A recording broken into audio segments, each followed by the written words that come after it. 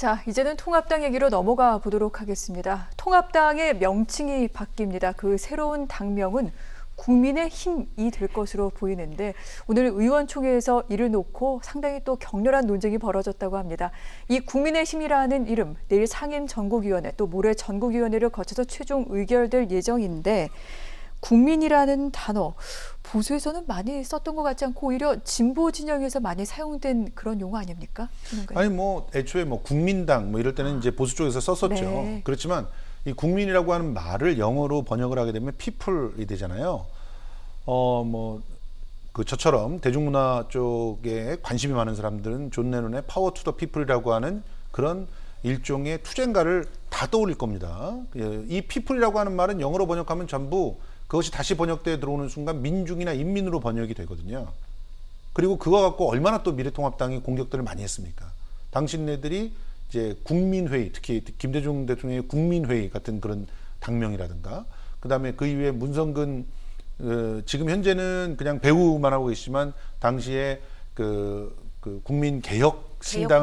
개혁국민신당을 만들려고 했던 네. 문성근 대표가 처음에 사람들을 모았던 것이, 그러니까 쉽게 말해서 노무현 대통령 지지자들이 갈라질 때 그것을 갖다 그 주류를 이렇게 잡았던 그때 당시에 단체명이 국민의힘이었어요. 이런 식으로 그럼 그 파워 투 더 피플, 피플스 파워라고 하는 그런 말로 새칭 좌파들의 어떠한 단체들 갖다 가리키는 말로 많이 사용했던 말을 가져가는 거거든요. 또 이런 식의 방식을 이제 김종인 대표가 자주 쓰는 방식입니다. 그러니까 다른 사람이 잘 갖고 왔던 프레임을 그대로 가져오는 거죠. 일부에서는 정청래 의원처럼 훔쳐갔다 또 이런 식의 표현을 쓰시는 분이 있지만 가져가는 이렇게 가져가서 일정 기간 동안은 네. 그 자신들의 이미지를 포장하는데 잘 쓸 수 있을지 몰라요. 그렇지만 근본적으로 정체성과 만나게 되고 그리고 알맹이를 내놓으라고 하는 그런 요구에서 제대로 된 그런 어떤 대안들을 내놓지 못하는 순간 그러면 이것은 결국 이제 빈 껍데기에 불과하지 않느냐 이런 얘기들에 시달리게 되는데요. 그런 측면에서 앞으로 네. 이름을 또 바꿔야 되는 사태가 올지도 모른다라는 생각이 듭니다. 자, 일단 변혁의 내용이 중요하다. 이 부분 말씀을 해주셨습니다. 방금 말씀 도중에 안철수 대표가 이끄는 국민의당 이 얘기가 나오기도 했는데 상당히 유사한 이름이기도 합니다. 국민의힘. 그러다 보니 두 당, 합당 등의 큰 그림을 그리고 있는 게 아니냐 이런 얘기 나오는데요. 근데 큰 그림은 그릴 수 있는데 그 안철수 대표를 염두에 두고 당 이름을 정했다면 반성해야 되는 거 아닌가요? 그렇죠. 이게 국민하면은 지금 국민의당 생각나고 김대중 대통령의 국민회의, 이건 젊은 사람들은 잘 모를 거예요. 국민회의는. 근데 당장 안철수 대표 국민의당이 지금 생각이 난단 말이에요. 그래서 저는 이름 자체가 국민 들어갈 수 있는데 일단 누구 당을 연상시키는다는 점에서 그는 별로 그렇게 적절한 선택은 아니었나 싶고, 그리고 국민의 힘이잖아요. 저는 이 당명 오래 못 갈 것 같은 게, 국민의 힘이면 이걸 뭐라고 축약을 해서 불어야 됩니까? 국힘당 이럽니까? 어떤 막걸리 이름 생각나잖아요, 당.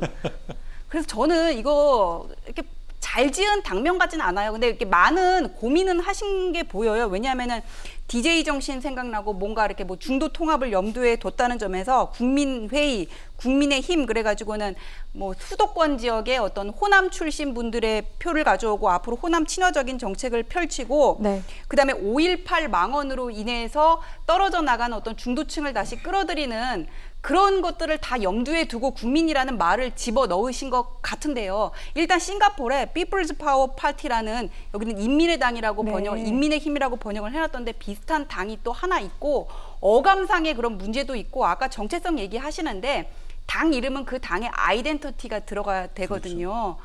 그런데 지금 이게 뭔지, 이게 조국 흑서 백서도 다 진보 진영에서 나온 거란 말이에요. 그럼 이제까지의 보수는 도대체 뭐를 가져가겠다는 건지, 여기서 지금 지켜야 될 것들은 뭔지, 그냥 호남 친화적인 정책만 펴면은, 그래서 그냥 집토끼는 가만히 있고 우리가 호남 친화적인 정책 펴서 저기 표만 가져오면 다 된다는 건지 솔직히 잘 모르겠어요.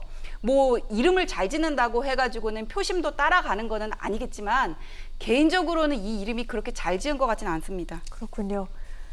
자, 이 같은 부분 사실 김종인 비대위원장이 당을 혁신하는 과정에서 당명, 정강 정책, 당의 굉장히 좀 중요한 부분까지 다 바꾸겠다라는 이 추진 과정에서 지금 계속해서 진행이 되고 있는 상황이기도 합니다.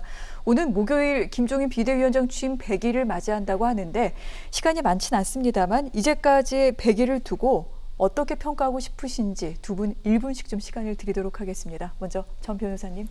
일단 김종인 비대위원장의 취임 100일은 긍정적인 평가가 가능합니다. 네. 탈보수 선언하고 기본소득과 같은 지금 청년들에게 절실한 의제를 제시를 하고 5.18 민주화운동 이거는 당연히 사죄를 해야 되는 부분에 대해서 무릎 꿇고 사죄를 하셨어요. 그다음에 친호남 행보와 같은 외연 확장도 정확했고 대구에 가가지고는 탄핵에 대한 사죄 얘기를 한 것도 맞았다고 봅니다. 다만 이거는 우리가 총선 패배 뒤에 누구나 할 수 있는 말이었거든요.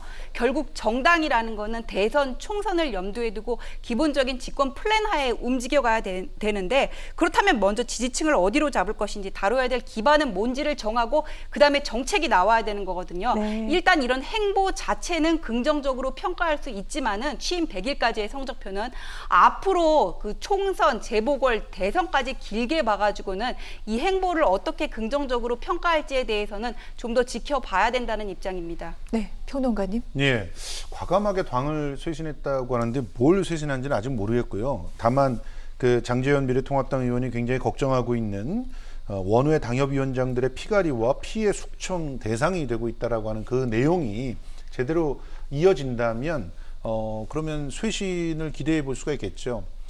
미래통합당의 쇄신은 딱 두 가지입니다. 하나는 태극기 세력하고 절연하는 것이고요. 그리고 또 하나는 이전까지 그야말로 쉽게 말해서 대통령이 탄핵되기까지 했던 책임을 갖고 있는 네. 사람들하고 확실하게 절연을 하는 겁니다. 그렇게 절연을 해서 미래를 우리가 대안을 가지고 만들어 나갈 수 있다라고 하는 그런 자신감들을 보여줘야 되거든요. 그런데 그러니까 탄핵에 책임 있는 세력들하고도 확실하게 그 선을 긋지도 못했고 태극기 세력하고는 더더욱 선을 긋지 못했어요. 이제는 특정한 그런 그 장로 단체에서 미래통합당이 실제로는 8.15 집회에 대해서 사실 일정 부분을 하기로 약속한 것처럼 이렇게 얘기를 한 그런 녹취록까지 나오더라고요. 자, 그렇게 이런 증거들이 자꾸 쏟아져 나온다고 한다면 확실하게 네. 태도를 갖다가 가져서 정말 제대로 된 쇄신을 해줘야지 마음이 제대로 그 미래통합당 쪽으로 돌아가지 않을까 이런 생각을 그 해봅니다. 장로단체 녹취록 얘기가 뭐예요? 그 언론에 보도가 된 건가요? 예, 일부 언론에 얘기가 됐습니다. 아, 그렇군요. 알겠습니다. 자, 통합당과 관련된 깊이 있는 내용은 오늘 3일 김종인 비대위원장 취임 100일을 전후해서 뉴스 오늘에서 더 시간을 마련해 보도록 하겠습니다. 오늘은 여기서 마무리하도록 할게요. 고맙습니다. 고맙습니다.